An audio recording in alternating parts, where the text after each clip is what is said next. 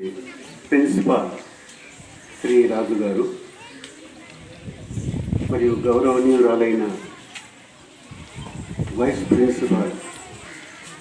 శ్రీమతి లక్ష్మీ రాజన్ గారు మరియు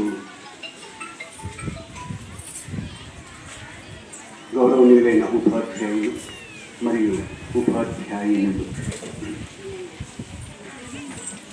మీరందరూ అకుంఠిత దీక్షతో ఒక పట్టుదలతో ఈ పాఠశాలను ఎంతో సభ్యంగా, ఎంతో నవ్యంగా, ఎంతో దివ్యంగా, ఎంతో భవ్యంగా, ఇంత చక్కగా రూపుదిద్ది